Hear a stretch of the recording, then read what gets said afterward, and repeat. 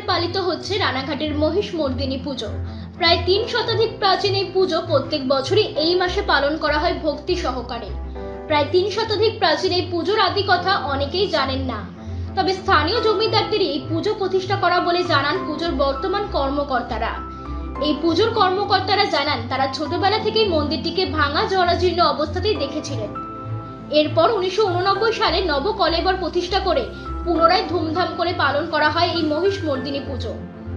এর ইতিহাস হচ্ছে এখান থেকে কাঠামো ভেসে চলে যায় কালনায়, সেই ভাসমান কাঠামো তুলে পুনরায় মূর্তি প্রতিষ্ঠা করা হয় এবং পুজো করা হয় কালনায়। তবে আমরা যেমন তিথি অনুযায়ী পুজো করি, ওদের কোনো তিথি অনুযায়ী পুজোটা হয় না। কাঠামো ভেসে আসার পর থেকেই মূর্তি করে পুজো করা হয় তাদের। তবে রানাঘাটের এই পুজোয় কালনার পুজো কর্মকর্তাদের যেমন নিমন্ত্রণ থাকে, তেমনই রানাঘাটের পুজো কর্মকর্তারাও নিমন্ত্রিত থাকে কালনার পুজোর সময়।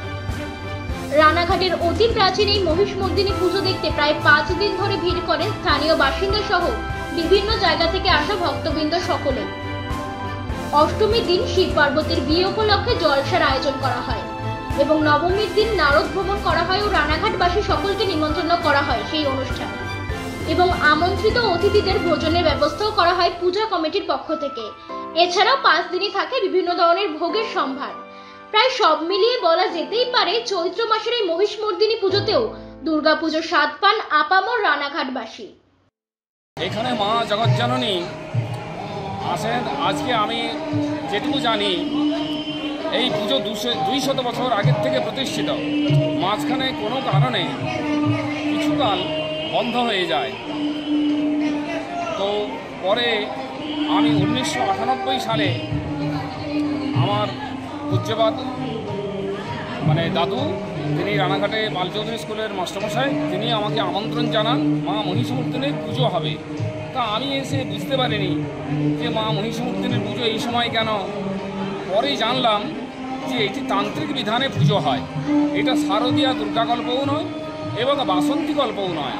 এই পূজাটি হচ্ছেন মায়ের একটি মহাপূজা এবং তন্ত্রোক্ত বিধানে, সম্পূর্ণ তন্ত্রোক্ত বিধানে এই পূজাটি হয়।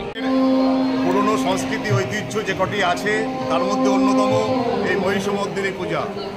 আজ থেকে 350 বছরের অধিক সময় আগে চুন্ডী নদীর ধারে যখন এখানে বাজার বসত, সেই সময় এই পুজো শুরু হয়েছিল। তারপরে দীর্ঘদিন এই পুজো চলেছে, মাঝে বন্ধ হয়ে গেছিল। আবার 30 বছর ধরে এই পুজো আবার চলছে।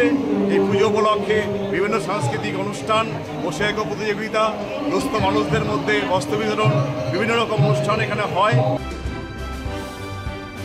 নদিয়া থেকে সুরজিৎ দাসের রিপোর্ট, ইউ বাংলা টিভি।